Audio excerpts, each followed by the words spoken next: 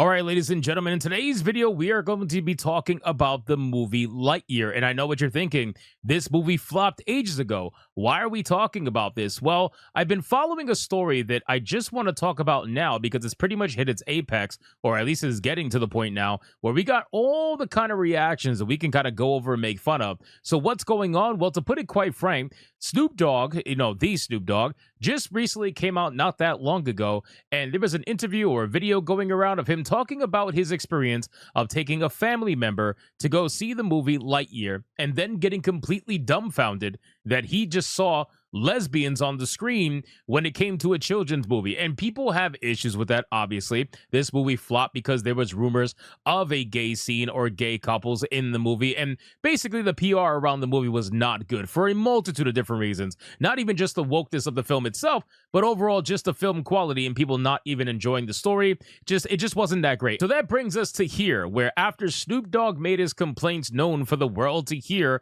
obviously people are gonna have an issue with that. They don't like it when you don't bend the knee and virtue signal online. How dare you have a difference of opinion? The moment you have a difference of opinion, well, it's time for you to get canceled. Or at least that's what used to work. Doesn't quite work anymore, but God knows they still try. So now the writer who actually created the two lesbians in the film has made her statements known on X. And of course, instead of saying, you know what, we've learned from this, this was something that I wanted to do, but perhaps it wasn't the best choice. But you know what? We're going to learn from this in the future when we make more movies. No, we're just going to double down and call it the most beautiful thing ever, the most representational, impactful thing ever, even though this film completely fucking tanked in the box office and lost them an ungodly amount of money. It doesn't matter. It was all worth it because of representation. So that part place has a headline that says Lightyear writer defends same-sex parent scene after Snoop Dogg Disney clash and calls it beautiful. I remember this going viral online when people were just laughing their ass off at this. This was such an absolute joke. And I already know people are going to be like, well, what about when they have straight relationships in there? You don't have a problem with that. Bro, if it's a children's movie, the last thing I want to see is any kind of overly done relationship. I don't really care about romance in a children's film. I understand that they're going to showcase moms and dads and wives and husbands. I get that, but at the very least, let's keep it what it's supposed to be. You know what I mean? But when Snoop Dogg called out Disney Pixar's Lightyear for blindsiding families with same-sex subplot, his comments went viral and sparked a wave of backlash. Now the writer behind the controversial scene is stepping forward, not to soften the blow, but to double down. Lauren Gunderson, who introduced the two-mom subplot in Pixar's 2022 film, is defending her creative choice as supposedly beautiful and says she is proud to have brought it into a children's movie.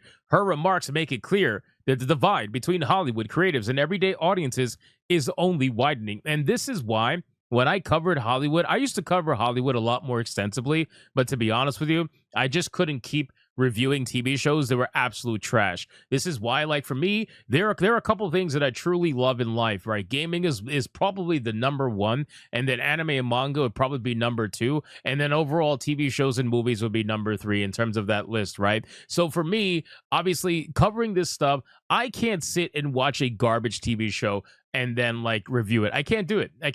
I would rather sit down and review a garbage video game because at least it's interactive, number one. You could make it funny, number two. Like when I'm reviewing the game live for everybody to see on my gaming channel, I can make it funny.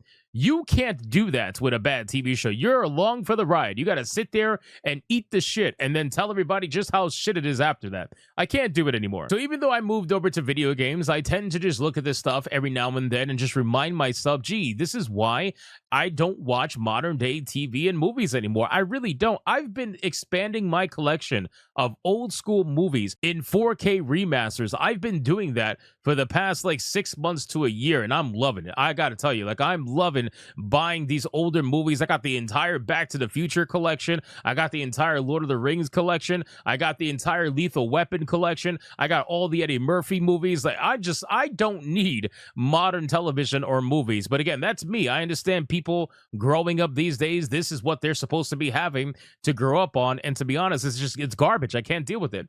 But in any case, it all started when Snoop Dogg, appearing on It's Giving podcast, described how awkward it was to watch Lightyear with his grandson. When the boy asked him how a child could have two mothers, Snoop Dogg admitted he had no idea how to respond. I didn't come in for this shit, Snoop said. I just came to watch the goddamn movie.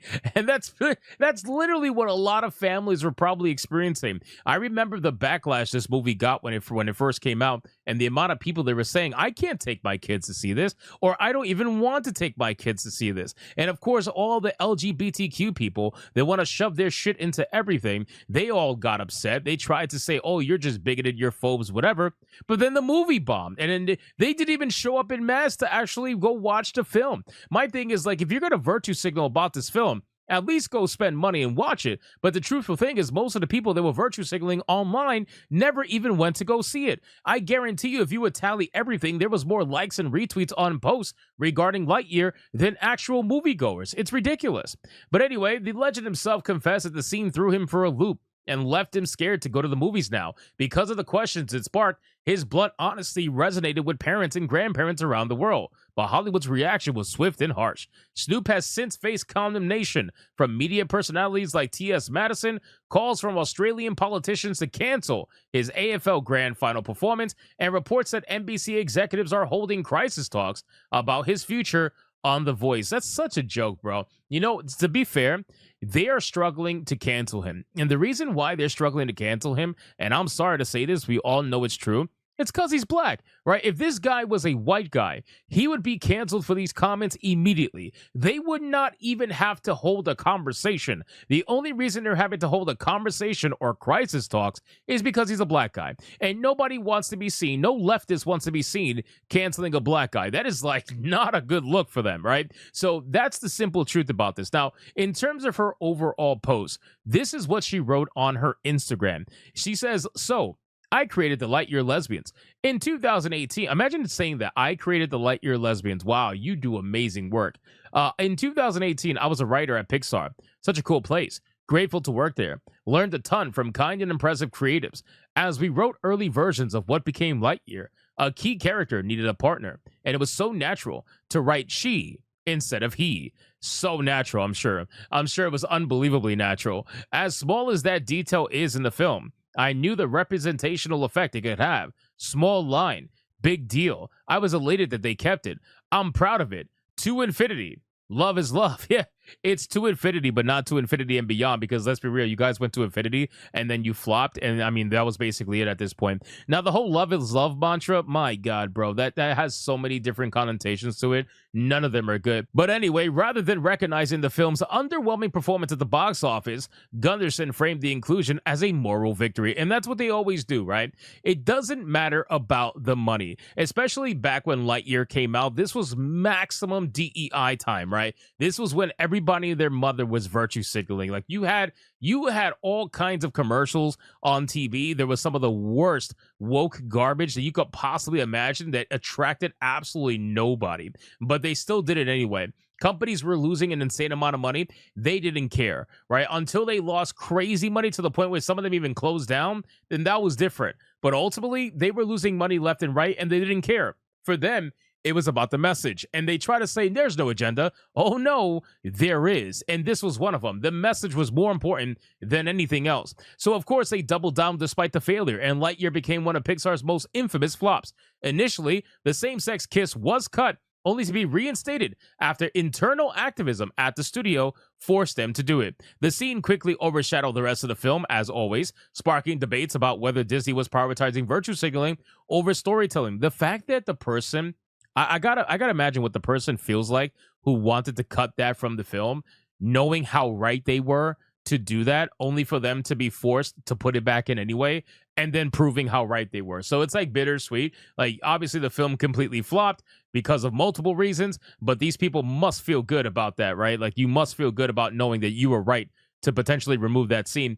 Anyway, Chris Evans, the voice of Buzz Lightyear himself, famously dismissed critics as idiots who would die off like dinosaurs. Well, look how that's working out for you, because last I remember, your film died off like a dinosaur. Audiences, however, didn't embrace the film. It lost money, damaged Pixar's reputation, and became a cautionary tale about forcing political statements into family entertainment. So Ultimately, ladies and gentlemen, this story is absolutely wild. This is not something I was going to cover initially, but as the story continued to grow, and now it's getting to the point where they're talking about canceling Snoop Dogg and actually doing cancellation attempts against him, this has become a pretty big story, and I feel like this is worthy to talk about because this nonsense is still trying to rear its ugly head. Even though a lot of this stuff is gone from the modern day entertainment these days, and especially from modern day stories, at this point, it's still there. They're still trying to do it. There are people that are diehard about this. They're not going to let it go. This was a massive amount of control and power that they had for many years. They're not going to let it go. They're going to try everything they can to hold on to it, and this is no different. So, of course, they're going to double down,